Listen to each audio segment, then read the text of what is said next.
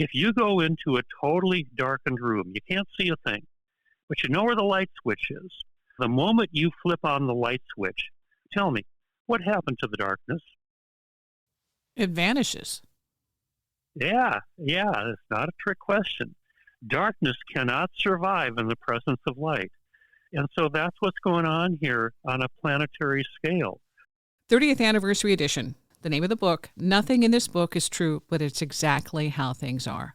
So in 30 years, you can imagine there have been a few updates, changes, enhancements, improvements. Bob Frissell is the author, and I'm going to have him kick it off and tell you how the whole thing came about in the first place 30 years ago. Well, okay, Wendy, thanks for having me on. First of all, I just want to say thank you for that, because I really enjoy talking about, well, you would too, talking about your favorite topics, and that certainly is what I write in my books. So how did this all came about? Well, I've got to go way back in the day, actually about 4 or 5 years before the book was ever considered as a possibility. The idea of writing a book was so far beyond any capability that I thought that I had at the time.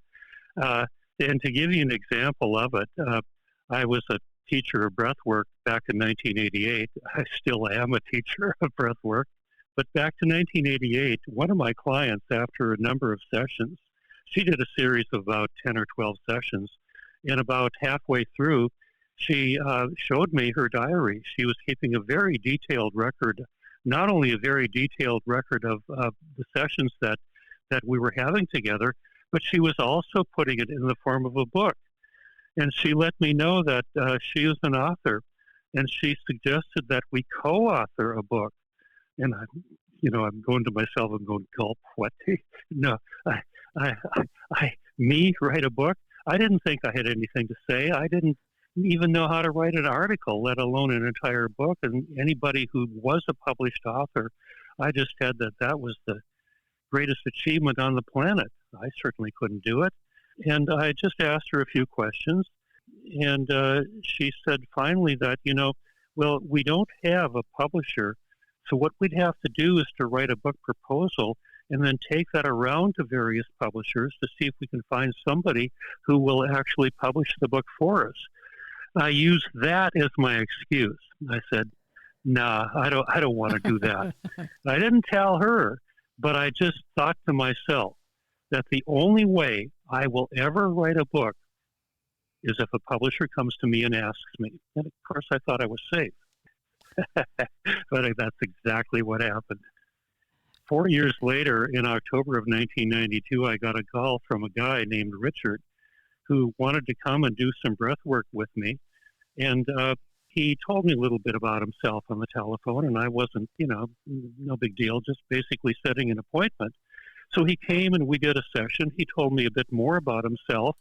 And about halfway through the session, he had an experience that I think was beyond what he thought was possible with regard to doing a breathwork session. And so all of a sudden, he just, it's just like a new dimensional aspect of him opened up. And now we had some space to talk and to really communicate. And he let me know that he was a publisher, not only just any old publisher, but the publisher who did Richard Hoagland's book, The Monuments on Mars. Well, this went right into the area of my greatest interest, because for a couple, 3-4 years prior to this now, I had been studying it just came to me intuitively that there's missing information out there that I need to be aware of. I didn't know what it was, but I knew that I had the entrance requirement, and that was the burning desire to find out. And if I just followed my nose, so to speak, it would lead me exactly to where I needed to go. And of course, that's what happened.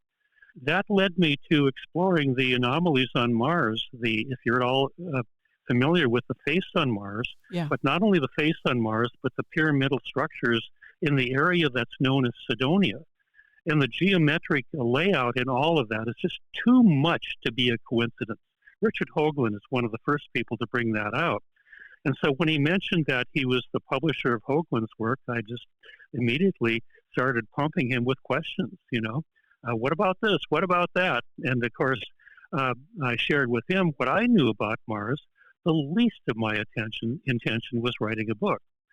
And of course, that's exactly what happened when he called me one day and asked, would you be interested in writing a book on what he called the esoteric meaning of the monuments on Mars? And of course, my first thought is, well, no, I'm not an author. But then I quickly realized what I decided 4 years earlier, and I just came to the conclusion that there's higher forces at work here. I mean, this is not a coincidence. It couldn't be. And I went gulp and said, well, all right. Now I'm out to write a book. And I didn't think anybody would buy the book. You know, maybe my parents, family members, stuff like that, few friends. But quite to my surprise, it became an overnight sensation. And I found myself really the next thing I knew, getting on a plane, going somewhere just about every single week, going to my mailbox. This was before the internet. This came out in August of 1992. And in my mailbox, there was an average of, per week, about 50 handwritten notes, each one of them telling me what my book has meant to them, how it was a life changer for them. And I'm sitting there going, I did that? There's more than just the book, because in your session that you had with Richard, you gave him an assessment of his breathing, because that's what you do. And that was a huge factor in his response, I think, and reaction to you and thinking, you're the guy for this. Richard said in his own words, because he wrote the, I don't know, what's it called, the foreword to the book, that he brought his dark cloud with him. But that's what I mean when I said about halfway through the session he had a breakthrough that was truly exceeded his expectations. Because what breathwork is, as I teach it, is it shows you how to discover, first of all, and then how to master your innate ability to transmute what had been life-detracting stuck energy as a result of suppression and as a result of all the judgment that you and I individually and collectively are engaged in on a very polarity-wise planet. We're in a constant state of judgment. And every time you and I do that, there's a twofold aspect of what's going on here. First of all, there's the judgment itself. You know, like this, you really are bad and wrong, and I'm really right and good, and all that stuff. Using that as an example, there's usually a fair amount, if not a lot, of emotional content that's associated with that. Well, anytime you and I judge anybody or anything or have any sort of a thought, really, there is two aspects of it going on. There's the conceptual aspect, there's the I'm right, the you're wrong, the judgment, and there's an instantly generated pattern of energy in the body that I just simply call a sensation, or even more simple, a feeling. That corresponding feeling that's instantly generated from the make wrong thought can only, because the thought behind it is an unpleasant thought with the emotional charge attached to it, the corresponding feeling can only be an unpleasant feeling.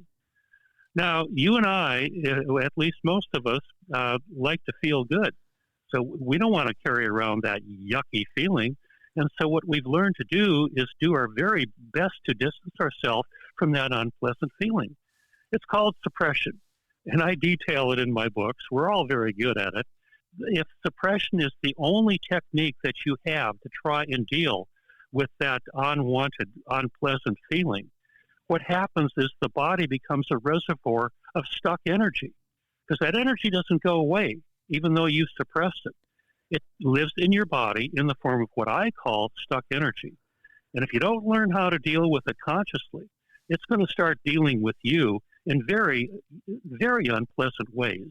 You know, like constant anxiety, just for starters, frustrations, anxieties, and all the emotions that you don't like and don't want. And then further along the road, it starts popping out in the form of illness and disease. And so learning how to transmute the energy, you've got to discover your innate ability to do that, because we all have that. But the fact is that we've been holding our breath as a result of all of this suppression, holding our breath relative to the possibility. I mean, if you were totally holding your breath, we wouldn't be having this conversation. Yeah. But you know what I mean. Yeah. Most people are walking around the planet subventilating, breathing much less than they should. And as a result of that, never ever even discover the possibility of their innate ability to transmute stuck energy into life-enhancing energy. There's a couple of examples you give in terms of when people are stressed or when they have an initial response to something that frightens them, they hold their breath. That's almost inherent in everything that we do. The automatic reflex reaction is to go and hold your breath, and that doesn't work. Yeah, exactly. And that's a perfect example of what I mean when I say that we have a planet full of people walking around subventilating, literally holding their breath. When push comes to shove, we are very much trained to do exactly as you said, hold our breath, and hope that we can gulp the unpleasant accompanying feelings down far enough to get them out of the way. That's suppression. That's suppression on steroids, actually. Nikola Tesla said it perfectly, the most brilliant scientist we've ever had. He said, if you want to understand the nature of the universe, you got to think of it in terms of energy, frequency, and vibration. Well, I make the point very clearly in my books that you and I are perfectly functioning holograms of the one creator. That means that the whole of everything is contained within us. That means if you want to understand us, you got to think in terms of energy, frequency, and vibration. Not just that, but it's very useful to begin to realize that the body is energy. And in its natural state, energy wants to be in motion. When energy is vibrating at a high rate, then we feel good because the high vibratory rate of unconditional love, of joyfulness, of creativity, of compassion, all the good stuff, that's high vibrating energy. Low vibrating energy is all that stuck energy, the fears, the frustrations, the anxieties that you can't handle when you're too busy trying to suppress all of that. And so what Breath Alchemy, as I now call it, does is it shows you how to take that very stuck energy that you've been trying to deal with and to transmute it, to transform that same energy into life-enhancing energy so you can feel good again, so you can get on with your life. You know, most people would rather feel joyfulness and inner peace than frustration and anxiety.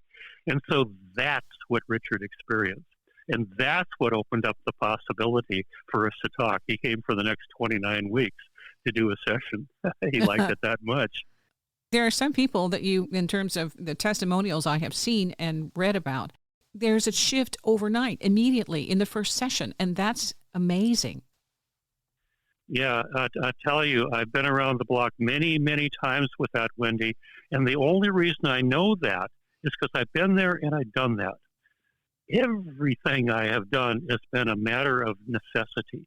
Back in the day, I painted myself back into the corner so firmly that there was no way out.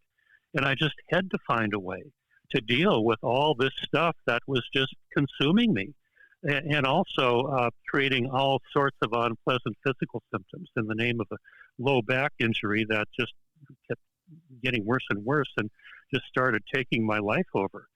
So I had to find a way to heal myself, and in the course of doing that, I began to realize experientially, which is the only way you can realize anything, really. You can know conceptually, but, you know, it's just so what at that point. Until you get it inside and know it as your living experience, you don't know it. And I began to know as my living experience that all of my miseries, including my low back injury, which was doing a pretty good job of crippling me, was all a function of my unresolved emotional trauma from childhood. And that's what the stuck energy heals, when you learn to transmute it into life-enhancing energy. So I was able to heal myself on all of these levels and get on with it, and therefore to teach others. So I've been at it for a long time. And it took a long time in order for me to learn enough to be able to totally and completely transmit that to other people. So yes, they can have an amazing transformation in their very first session. And that's only the beginning, because we do a series of sessions. But a lot of trial and error, I'll tell you, to get to this point. Sorry for anybody who was a casualty. No, I'm just kidding. Oh, yeah. We'll brush that aside and continue on. Okay. So the thing is, though, that the breath alchemy, which is what you now refer to it, that's what triggered this whole thing. His experience with something that he thought, no, this is, just this won't work, but I'll give it a go anyway. And then he finds you, and then you find a reason to actually write your book, which takes us into a whole different area. And the Mars thing is a nice launch, but this is actually to go further into Earth history and getting into things like the Dogon. I mean, from out of the blue, we're going back into the indigenous beliefs about our history and how we came to be. I love that. That's one of the things I've always been fascinated by, why it's been so discounted and neglected and poo-pooed by mainstream science. Well, this is real. It's true. It's authentic. And we've been told that some of these things are just fairy tales. We've been told that most of these things are just fairy tales. Well, I'm glad to hear that this is right in your wheelhouse, too, because I only wrote about the things that really were truly of interest to me. So I was just excited and just as interested to hear about the Dogons and the Great Pyramid, the truth behind the Great Pyramid, and all the rest of that, as quite thankfully most of my readers are when they read it for the first time, because something really strikes an inner resonance with the people who are reading this. Well, that's because, in my sense of it anyway, it's because it did exactly that with me. I have felt like a kid in a toy store who can have anything he wants so many times, every time I come across a new piece of information. And I'll tell you, back in the early 1990s, it was just coming at me right and left. I mean, virtually every morning I wake up and there's something new that's awaiting me. And talk about kid in a toy store. Life was exciting then. It continues to be an exciting adventure today because I still have that kid in the toy store mentality. It just never seems to leave. There doesn't seem to be anything I can do about it. I'm so sorry. Oh, that's good. I'm glad. Don't stop. Yeah. Well, I have no intention of stopping. Helen Keller said it perfectly. I love one-line quotes, but my favorite of all of them is from Helen Keller, where if anybody had reason to not want to get out of bed and complain about how terrible life is, it certainly would have been her. What did she say? She said life is either an exciting adventure or it's nothing. So I like the exciting adventure part of it rather than nothing. And I know that this is what she was talking about. I know that when life is an exciting adventure, you're here, you're now, you're present. Life shows up in the present moment. When you're feeling good, when the inspiration, the creativity, and the joyfulness is all coming through you. That's the function, in my experience, of learning how to transmute stuck energy into life-enhancing energy. In the absence of which, it's nothing because you're just reduced to going through the motions. Did I say that's my favorite quote? Yes. I do believe I did. Yes, you did. Yes, you did. Yeah. You wrote the book and you included the history, where we came from, how we got here, but it isn't just a history book. We're talking how this is, and the next book that goes along with this, Catching the Ascension Wave, everything you need to know about the coming Great Awakening. So to give anyone who's listening a hint that there's more to this than just a history lesson. The history is just to try and set the record straight, for the simple reason that we can't really know where we are and where we're going until we know where we've been. And the fact is, we've been lied to with regard to our understanding of history in so many ways that, the standard line is, well, it all began 3800 BC in Sumeria. And before that, hey, there was nothing but hairy barbarians. And we know who built the Great Pyramid and when, and the Sphinx, and there's no great mystery here. So, what's the big deal? Let's get on with it. Well, you don't have to dig very deep to realize that that is just not true. And when you start digging even deeper, you start coming across some stories that are just absolutely fascinating. You mentioned the Dogons. Well, the Dogons, for example, they have information that they simply cannot have. That is, if you believe the standard version of how it all began in 3800 BC. But if you're willing to broaden your horizon and open up a little bit, you begin to realize that, hey, maybe those guys are onto something. You know, when they were asked, how do you guys know all of what you know? They knew about the precession of the equinoxes, for example. It's a slow 26,000 year cycle that the Earth goes through. Actually, most likely as a function of it being in a binary star system, and we're not quite sure what the other star is, but all the other stars out there are in a binary system, so why not us? So if that's true, it takes 25,920 years for one cycle to complete itself. In other words, for the two planets to make two stars, the two suns to make a rotation around each other.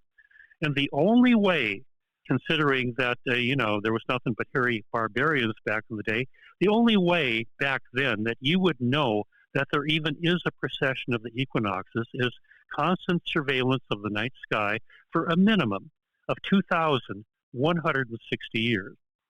Now I ask you, how many people lived a lifespan of 2,160 years? And even if they did, which they didn't, who's going to sit and watch the night sky every night for 2,160 years? So that's just one example.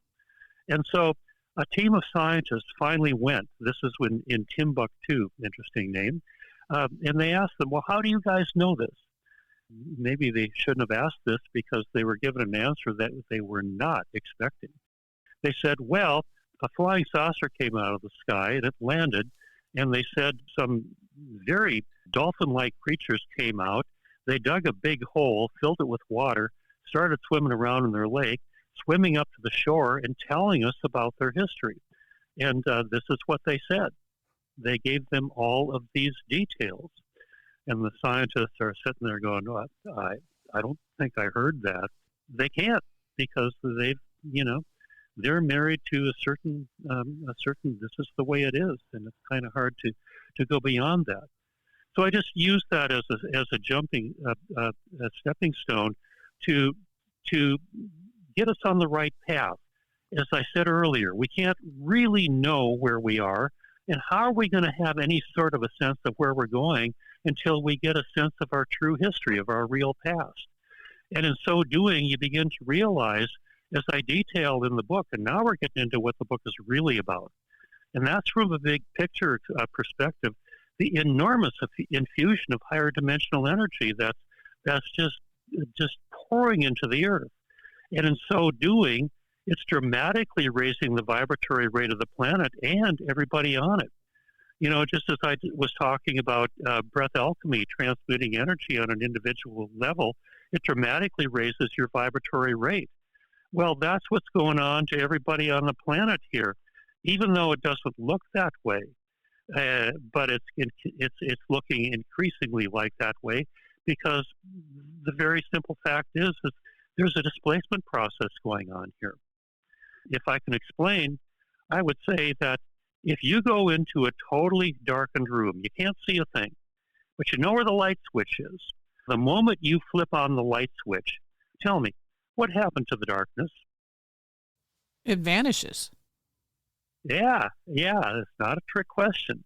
Darkness cannot survive in the presence of light. And so that's what's going on here on a planetary scale.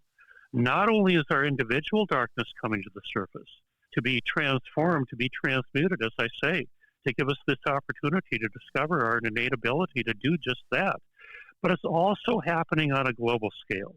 And I detail in both of my newest books, there's been some dark forces running this planet for a long, long time. And they've been pulling the strings from behind the curtain. Now, when they're behind the curtain, they're in the shadows. But now with this enormous infusion of higher dimensional energy that's coming in, the shadows are disappearing because the light is coming into the perspective. And darkness cannot survive in the presence of light. So now their ways are being known. And they can only survive when they're behind the curtain. And I would submit that this is what's going on. There's huge displacement, a huge global healing process. It has to happen that way because we can't, and here's the catch, we are in the middle of not only a personal transformation, but also a global transformation that is allowing us to catch the ride, so to speak, into higher consciousness, where the vibratory rate is much higher, where there's much higher form of unity consciousness.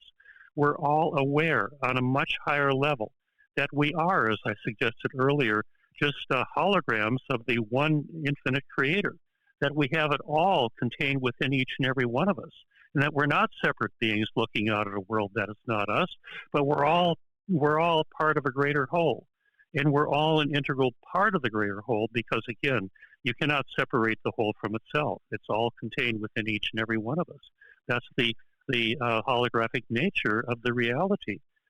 And so this is what's going on, I submit, on a much, much bigger level. You and I, individually and collectively, are in the process, very much the process, of creating the critical mass that enables planet Earth to become lit from within and to literally go into a shorter wavelength universe, a higher dimensional level, nothing less than a dimensional shift, nothing less than what I call the birth of a new humanity, the co-creation of heaven on earth. I hope that doesn't sound too weird, that we've laid enough tracks for at least to begin to take some traction, and we can expand on that to whatever degree you want. I think let's just go into the deep end of when you're talking about ascension and saying that the body goes too. Well, that's really foreign for most people, and talking about the ascended masters who are already here because they have increased their vibratory level. And some people have actually met an ascended master and said, what the heck? This isn't real. This can't exist. We don't know how this works, so I must be imagining. And they're not imagining. So how about that end? Yeah. Well, I think it would be useful just to dig a little bit deeper into the whole dimensional reality of things, because the ascended masters are on a different dimensional aspect of the planet than you and I are. They're on a much, much shorter wavelength aspect of the planet, where the vibratory rate is much, much higher, and these guys know unity consciousness like we can only imagine. And so when I'm talking about different dimensional worlds, what am I talking about here? I would just simply say that, number one, the key to the whole bit is wavelength. At the base of all of this, well, it's just wavelength. If you look at wavelength, you've got a huge range of possibilities. Some of them are so very tiny that you wouldn't even be able to see them. Others so long they would look like straight lines almost. You put them together, and what you have is the electromagnetic spectrum. So our reality, ranging from the most distant galaxy to atomic particles, and including the room in which you are sitting and the room in which I'm sitting, is just one universe. And it has a wavelength of 7.23 centimeters. And interestingly enough, this was discovered quite by accident. A couple of astronomers back in the 1960s, they were working for Bell Labs. And they got their new system all set up, and they pointed into the sky, and there was just static coming from everywhere. They didn't know what to do about it exactly. They realized that it was about 7 centimeters, and what they did was they just, this was installing their microwave system. So what they did was they upped the power by a whole lot, and that kind of tended to solve the problem. But anyway, it was one of my teachers, Drunvalo Melchizedek, who suggested that the wavelength of this dimensional reality is 7.23 centimeters. And what that means then is that if you take by wavelength every single particle in this reality and average them out, that's what you're going to get. So 7.23 centimeters. Now, dimensions themselves, they're separated from each other by wavelength, really in exactly the same way as notes are on a musical scale. So if you look at a piano keyboard and just, take the octave in the middle where you've got the 8 white keys, which of course repeats itself in both directions, but you've also got the 5 black keys. There's 13 notes, really 12 notes. The 13th is the return. 12 notes in the chromatic scale. And so the 12 notes in the chromatic scale, they are, because the universe is holographic, you can now take that understanding and transfer it to dimensional realities, because, again, it's the holographic nature of the reality. So you've got all these different worlds. Now, the 12 major universes, again, because of the holographic nature of the reality, you've got 12 smaller versions of it in between each note. So that's referred to in dimensional terms as overtones. So if you're looking at one octave of the reality, you've got the 12 major dimensions, 12 major universes. In between each and every one of them, you've got the 12 overtones. But each overtone is a dimensional world just as fast as this one. So you've got 12 times 12 equals 144 different dimensional worlds in this one octave of existence. And in my books, one of the great documents I discovered back in the day was the Law of One. And I discovered this by studying what was going on in the Egyptian mystery schools and began to realize that where the teacher of the second school, a man by the name of Akhenaten, where did he get his stuff? Well, he got it from the Law of One. And what is the Law of One? Well, I'll get into that in a moment, but to cut to the quick here, the Law of One is just a perfect reference to detail the different dimensional nature, the dimensional realities, and how not only our planet, but every third dimensional planet in the cosmos at some point is going to go through a dimensional shift. In other words, at some point in its growth, it's going to go from third dimension to fourth dimension, from the longer, denser wavelength of third dimensional reality, where separation and judgment and all that appears to be real, into the much shorter wavelength, the higher dimensional reality of the fourth dimension, where it's much, much harmonious. The Law of One goes on to say that the fourth dimensional reality is at least 100 times more harmonious than even your very best moments here on third dimensional Earth. Now that sounds pretty good to me. So where does the Law of One come from? Now this is where it gets really interesting, because in order to get the answer to that, you got to go back, talk about history, 2.6 billion years. And 2.6 billion years ago, looking at our neighbor Venus, this is when Venus went fourth dimensional. And the Law of One goes into great detail on how Venus did it and what happened and what percentage of them made it. I think the entire population of the planet was about 38 million, very small population, and only about 6 million made it through. So that raises a couple of questions. Well, if this is real, what happened to the 32 or so million people who didn't make it through? And what happened to the 6 million people or so who did make it through? So would you like to take a look at that? I think so, yes. Definitely. Yeah, I think that would be useful. Uh-huh. To me, it's just fascinating. I can only throw this out right now. This is where I really detailed this in Catching the Ascension Wave. But in Catching the Ascension Wave, I go into detail on how exactly nobody is left behind. And the 32 million Venusians who did not make it into the higher worlds were all taken care of, because there are other ET races whose main function seems to be, whenever a planet is about to go fourth dimensional and not everybody is ready, they come and take the non-ascension ready people and transfer them to another third dimensional planet where they can have the opportunity to go through as many lifetimes as they need to alleviate enough karma so that they too can get to the point to where they are ascension ready. Now, those 6 million who made it through, they stepped into the shorter wavelength of the fourth dimension, whereas, as I said earlier, it's at least 100 times more harmonious than even their very best moments on third dimensional Venus. The point being is that this is not something that just happened on Venus, and it's not something that's just going to happen here. As I said earlier, it's something that happens in the life of all third dimensional planets. There's always room for growth and always a room to evolve into. Life never stops. It just keeps on going. And, when you're ready to graduate from fourth to fifth dimension, life will let you know. So to detail the Ascended Masters, hopefully now it'll make a bit more sense when I tell you that the Venusians, who are also known as the ancient builder race, they are six-dimensional beings, as are the ascended masters here on planet Earth. They are six-dimensional beings, and that's a level of awareness so far beyond where we are that we can just barely begin to imagine. That's where they're at. Okay. So my question, and I've interviewed somebody recently who went into a portal.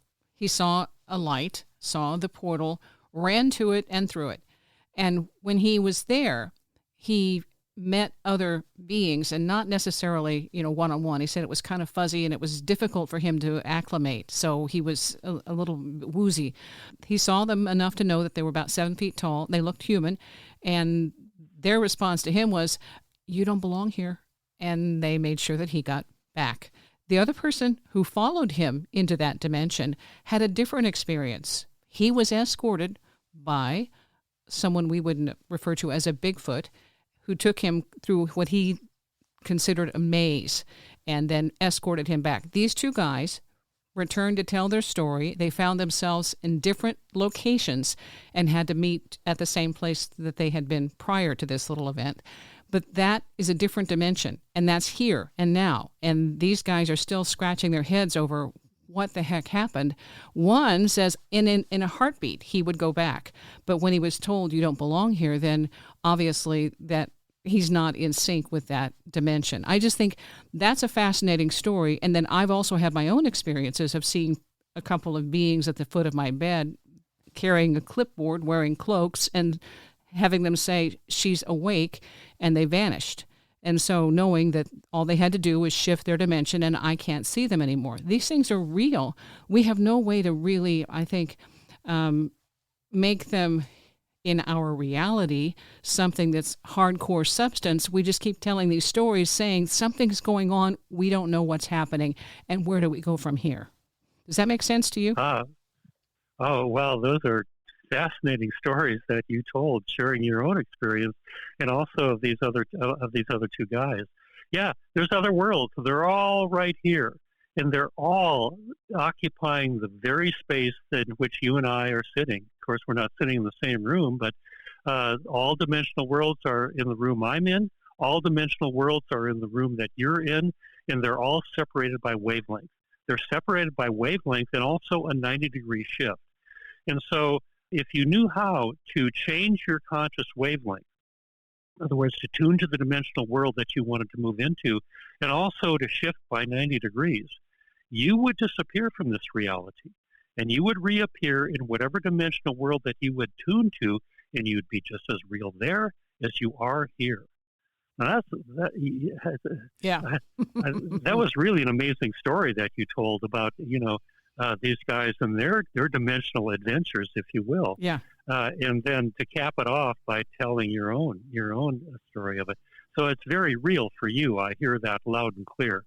And we're about to discover that too, because this dimensional shift, I make the case for it, not just throwing it out, but getting into the details of it. And look, it could happen any day, any time. We're ready. We're ready to go. Now, I don't know if everybody on the planet is ready to go right yet, but plenty of people are. I feel the reason it hasn't happened yet is because, very simply, we need, you and I individually and collectively, we need to fully clean up the mess that we've made here before we have to be conscious. We have to show that we've been conscious caretakers of planet Earth. And we haven't really done a very good job of that yet. But we can clean up the mess that we've made because on the global scale, the technology does exist to clean up all of the pollution and to just turn this into a heaven on earth almost literally overnight. And that's just part of the suppressed technology that the global elite have been holding on to for a long, long time. The puppet masters that have been pulling the strings from behind the curtain. But I'm sorry, the curtain has vanished, and they are now exposed to the light of day. So these things are coming out.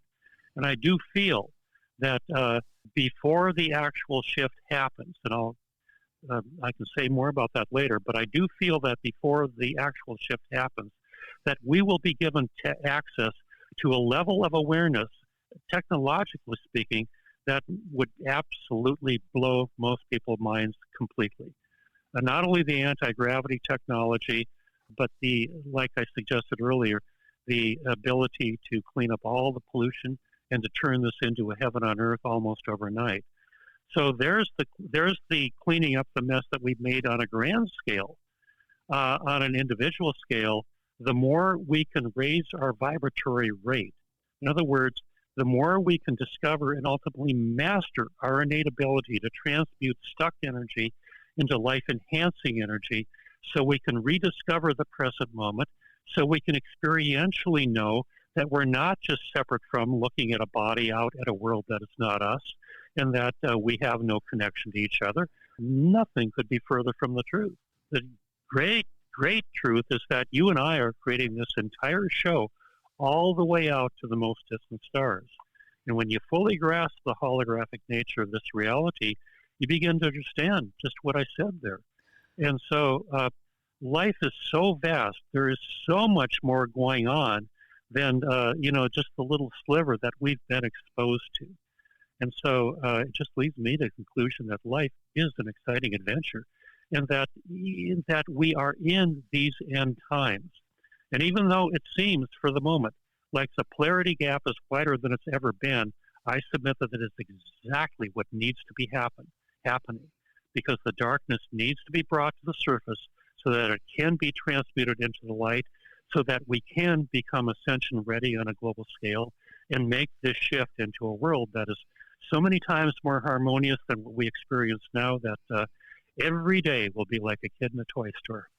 I want to know more about the ET races that have been basically derailing some of our ascension in terms of working behind the scenes and running a program contrary to what we are told, because they can, and we don't see them. One of the experiences I've talked to, John Foster, his experience is decades of being programmed to run a certain type of a clinic or a school or what will we call it, a halfway house for children who would be coming up migrants from South America. And they were told that back in I think when he was going through this, it would have been probably the 60s or 70s, that they were making preparations for this to happen. He had a bunch of memories in 1986, a download that then pretty much threw him for a loop because of his ability to actually reconcile that. His body did a major downshift, heart attack, that kind of thing. And when he recovered, then he's starting to tell people, this is what's happening. This is what's going on. You can't see it. I've watched people frozen, and they are unable to, at that point, remember anything that happened to them, but he still has conscious awareness of it. So he's talking about this hidden reality and obviously, a different dimension where they're running a program contrary to what we are aware of. And how does that deal with our ascension when we're dealing with these other elements that we may or may not see? Well, that's a great question, and I'd like to just begin by giving it what I'd like to call a big picture perspective. And from a big picture perspective, you've got the forces of light, and you've got the forces of darkness. Let's call the forces of light the Great White Brotherhood, the guys in the white hats, and the forces of darkness, the Great Dark Brotherhood, they're wearing black hats. And so on the surface, they are opposed to each other in just about every conceivable way you can think of. The forces of light, and I'm talking about the higher dimensional aspect of the forces of light right now, their commitment is to do everything they can to raise our consciousness, to raise our vibratory rate as quickly as possible so that we can move into the light and get on with this ascension process just as soon as possible. Well, the forces of darkness, on the other hand, their job is to do everything they can to keep us stuck in fear, and to keep us stuck in limitation. So we're just like frozen, like deer looking in at the headlight. Mm-hmm. And so it looks like there's this eternal struggle going on. And, we all know the forces of light, well, they're the good guys, and so they need to win. But that's only from the perception of polarity consciousness, where we judge everything as good and evil, because we're living life conceptually from our reactive mind, good and evil consciousness. From a higher perspective, from the perspective of unity consciousness, fourth dimension and higher, these two seemingly opposing forces are actually working together as timing agents. There's only one spirit moving through all life everywhere. Everything is a perfectly functioning hologram of the one creator, and you cannot separate the whole from itself. So there are actually two different aspects of the one spirit working together as timing agents. Timing is everything, because if you move before the timing is right, the fear will take over. But if you've given yourself an opportunity to integrate, to get the lesson that the darkness is trying to show you, now you can truly move ahead in an integrated, higher vibratory rate. I can give an example of that comes to mind, really a perfect life example in my view. Back about, 10, 12 years ago or so, I was driving, I live in California, so I was driving clear across the country to get to all my different workshops. I was given a workshop somewhere every weekend. I was in Ohio. The skies were ominous. I knew that. But I also knew I had to get to Syracuse, New York, because I had a workshop to give, and that was that. So I just got in my car and drove. And boy, I ran into the most intense storm that I never experienced anything like it. The winds 50 miles an hour or greater is what it seemed like, doing everything they can to try and blow me off the road. The rain coming down in sheets, it would not slow it up. You could hardly see, and I just had to keep going. Couldn't park underneath the, the overpasses, because they were all filled with parked cars trying to get out of the storm. So I just had to keep going, and I'm so glad that I was in touch with my innate ability to integrate the fear, because the fear transmuted from keeping me stuck and keeping me stopped from doing the exact worst thing, like going against the skid and slamming on the brakes and wondering why I'm parked in some guy's trunk, to just being totally alert in the moment. It transformed itself into one of the most interesting and exciting experiences that I really think I've ever had, because I was so totally present, so completely alert. My senses were so heightened that it was just truly exciting. That is up to a certain degree. After about an hour or so of that, I finally came to a town, Toledo, Ohio. I said, holy Toledo. I'm going to get myself a motel room, and this is it for the day. But I got to tell you that if I had not had my ability to be integrated into the present moment, that would have been, accidents could have happened real easy. So that's an example of what I mean when I say that had I ignored the fears within me and tried to suppress them, then I'm ignoring I'm ignoring the fact that the light and the dark are actually two different aspects of the same thing working together. And so the darkness within me was just trying to get my attention and just basically letting me know that if I can find a more useful way of relating to the energetic component of the fear, and there was plenty of fear, if I could find a more useful way of relating to the feeling of fear than making it wrong, that I could integrate it into my sense of well-being and be totally alert and be totally present. And that's exactly what happened. So instead of ignoring the darkness, instead of trying to push it away, which is what we do in polarity consciousness, you expand to include it. There, you can't separate the whole from itself. You cannot separate the darkness within you from the light within you. You expand to include it, and in so doing, integrate that which is incomplete into wholeness. So now you are whole and complete.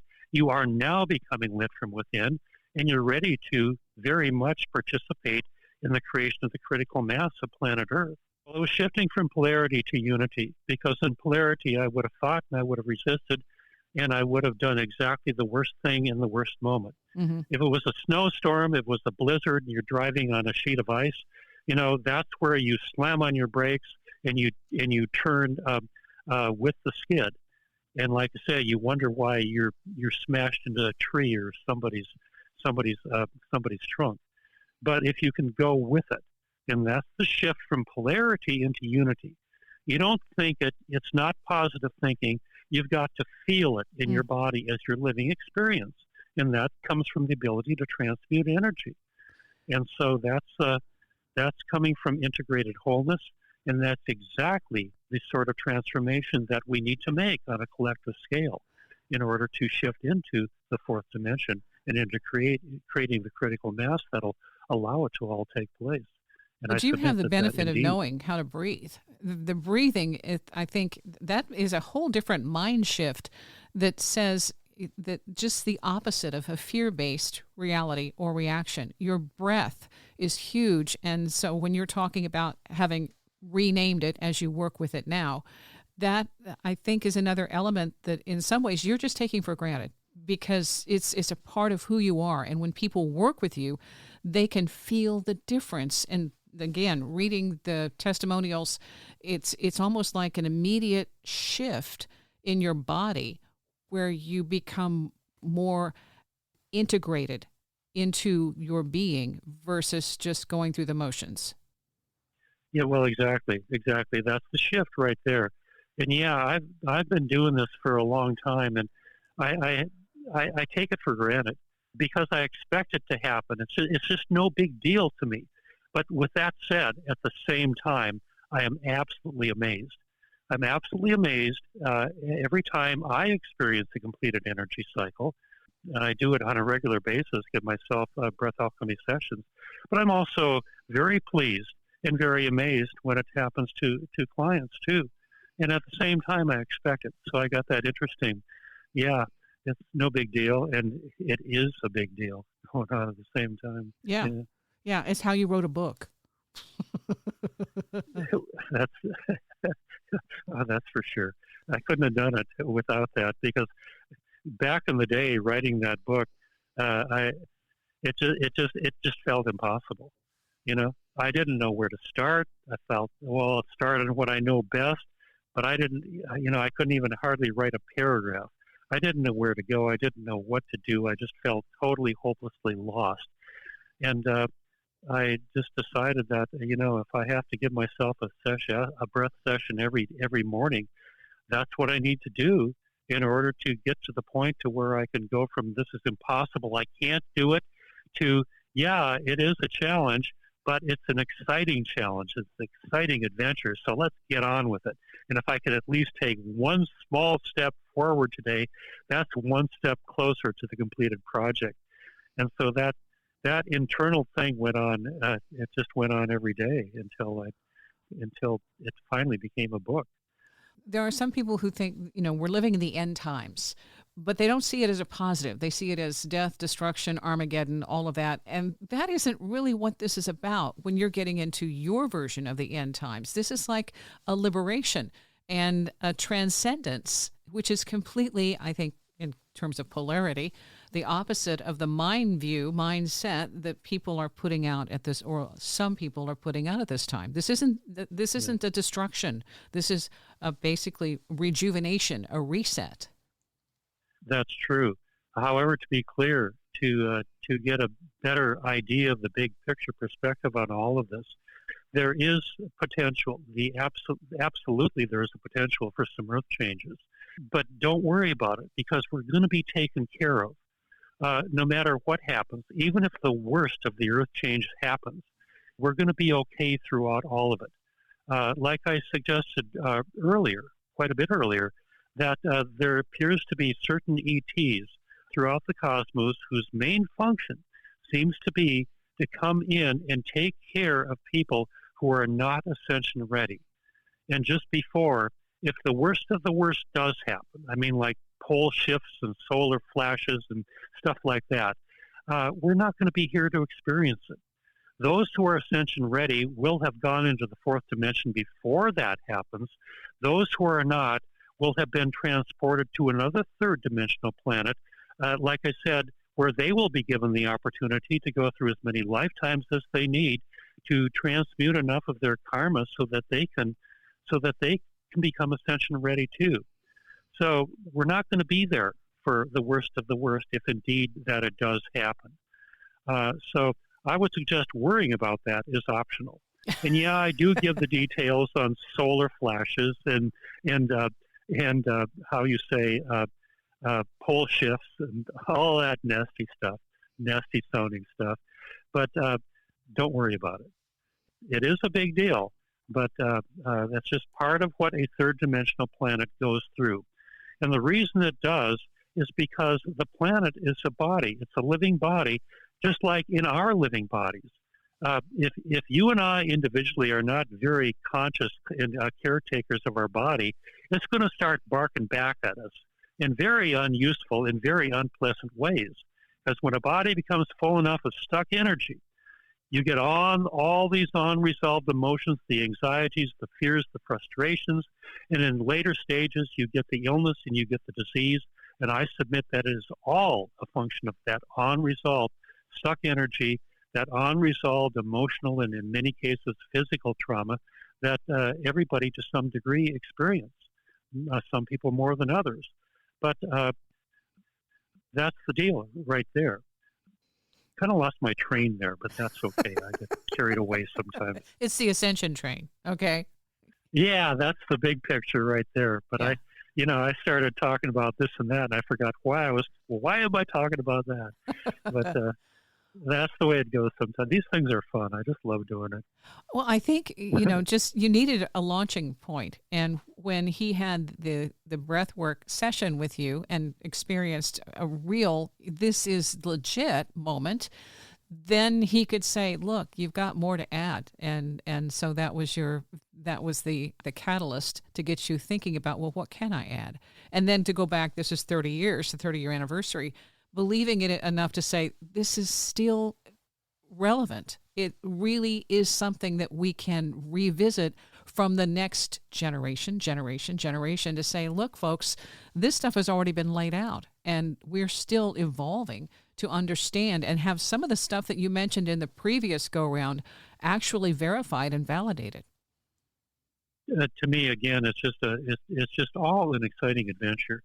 I just go back to how exciting it was for me back in the day to just discover all of this stuff, when the fact is I had no idea what I was looking for, but I knew that you don't have to know, that all you really need is to have that burning desire, that you to be so enthralled, to be so excited by what you're about to discover, even though you don't know what it is. Just getting up in the morning, every morning, becomes a really fun experience. And that's what I went through every single day. I discovered back in June of 1992, a guy by the name of Drunvalo Melchizedek through workshops that were presented on video.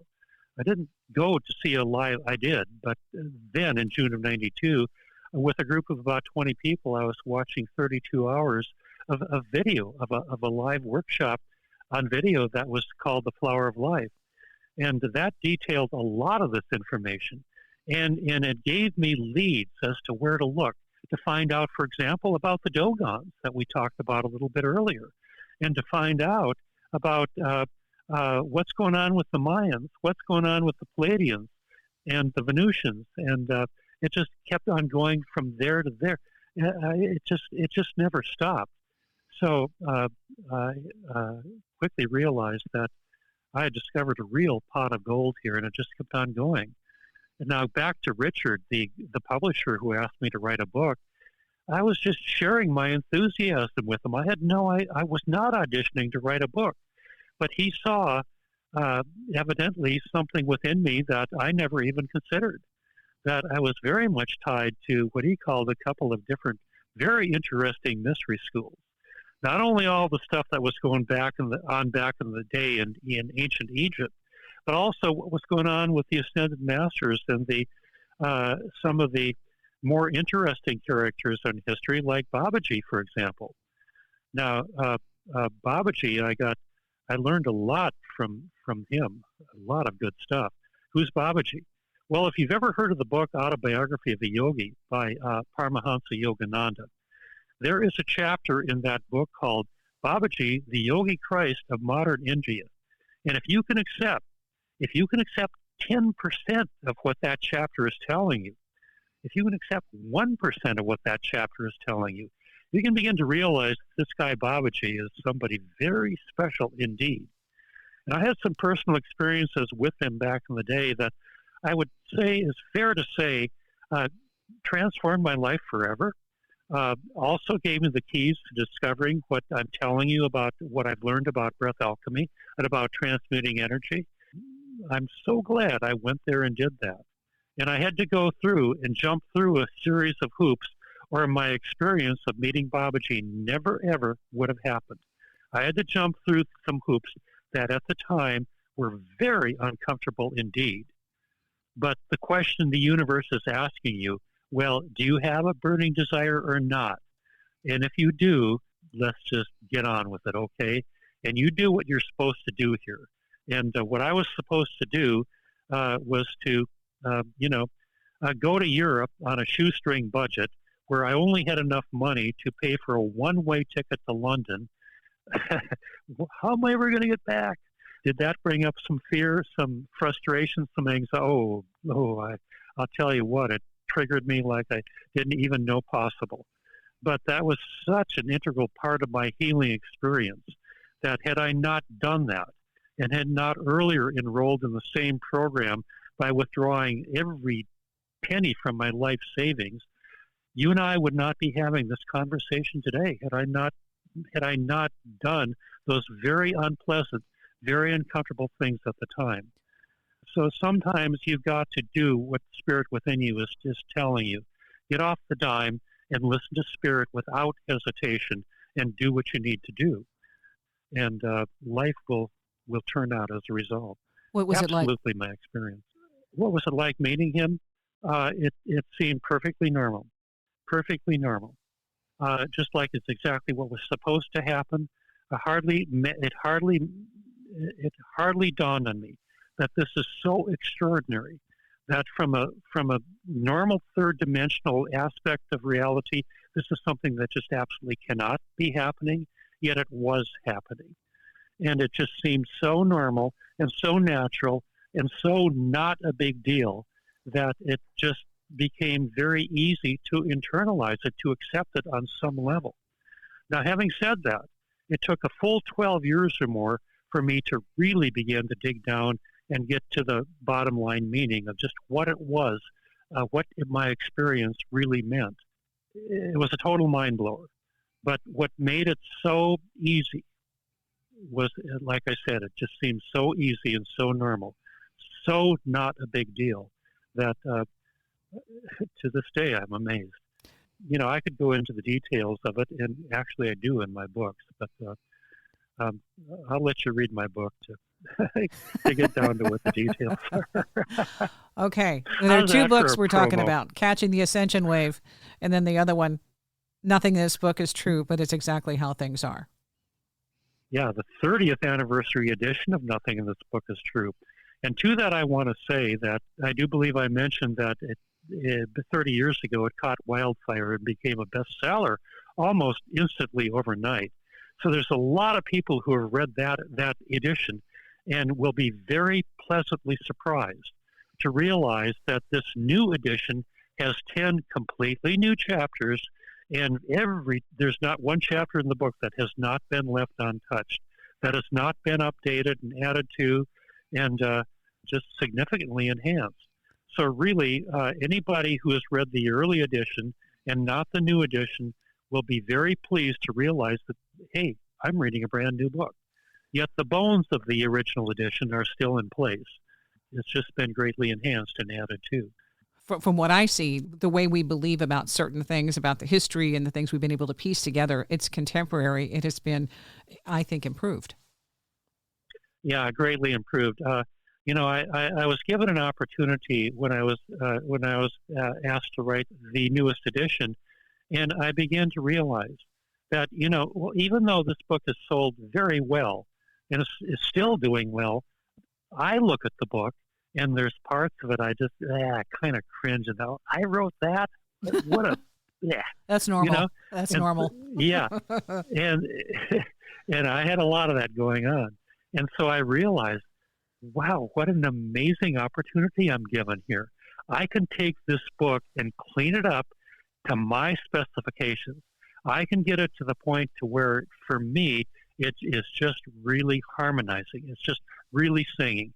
It just reads exactly the way I want it to read. And I do feel I've done that. And you just said it. I'm my own toughest critic. So if I like it, it's a pretty good chance that it's a pretty good book. I do feel it is my personal masterpiece. If I can ever write another book as good as this one, I'll be very pleased. The website, bobfrissell.com? Yeah, bobfrissell.com.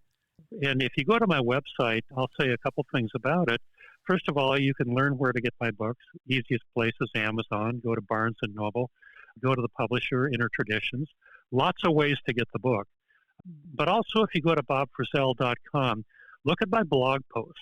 I got a ton and a half of good blog. I like the blog posts that will give you some, I think, very useful insight as to what we're talking about here. Useful and very practical that you can take with you, put it into your tool bag, and use that as part of your transformational process. And if you'd like to go further, I absolutely recommend you check out my books. The two newest ones you just mentioned, I would suggest go with the 30th anniversary edition of Nothing and go to Catching the Ascension Wave if you like what you read in Nothing. Then if you want to know more, you can go to my website and schedule a 30-minute free consultation. I love to talk to people, and I learn a lot by talking to people and have a great time doing it. I would love to talk to you, but I would really like for you to, be up to speed enough to at least look at the blog posts and hopefully to have read at least one of the two books and schedule some time to talk, and we'll take it from there. Well, I think the breath work is huge because there's so much that can change when you just change the way you breathe. And it's, I don't know, I can't say it enough that it can happen instantly, that you can heal things that you thought were beyond healing and beyond help just by learning how to accept being who you are in the moment at this time and being okay with that. And breathing is the first step. Yeah. Does that make sense? Yeah, well, just to put a lid on the breathing, what the breathing does, in Breath Alchemy, I teach a certain breathing rhythm that I call circular breathing. What circular breathing does is it gives you access to source energy. Now, I suggested earlier that you and I are perfectly functioning holograms of the whole. That means every bit of the whole is contained within each and every one of us.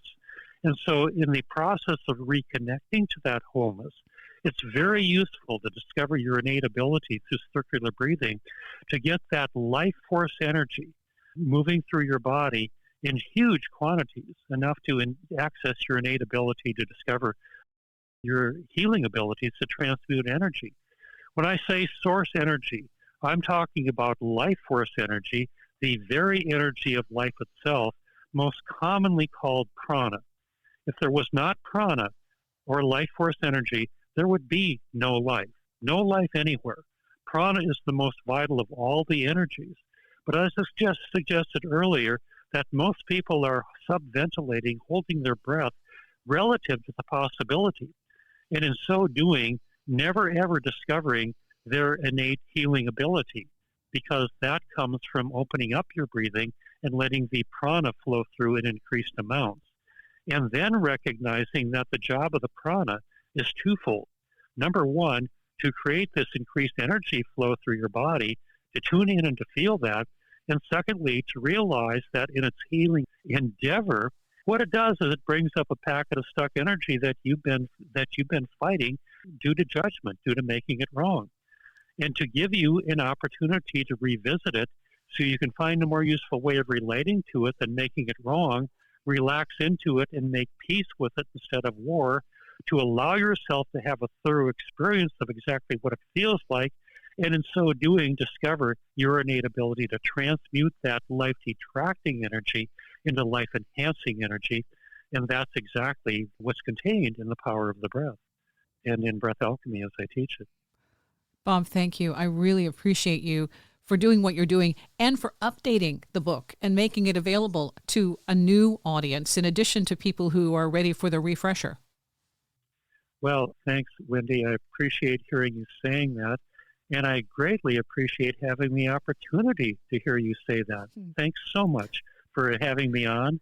I've enjoyed every moment of it. and wish you nothing but the best. And I know you're doing great work out there. So it's just been truly a pleasure. I'll come back anytime you want. Thank you. Thank you.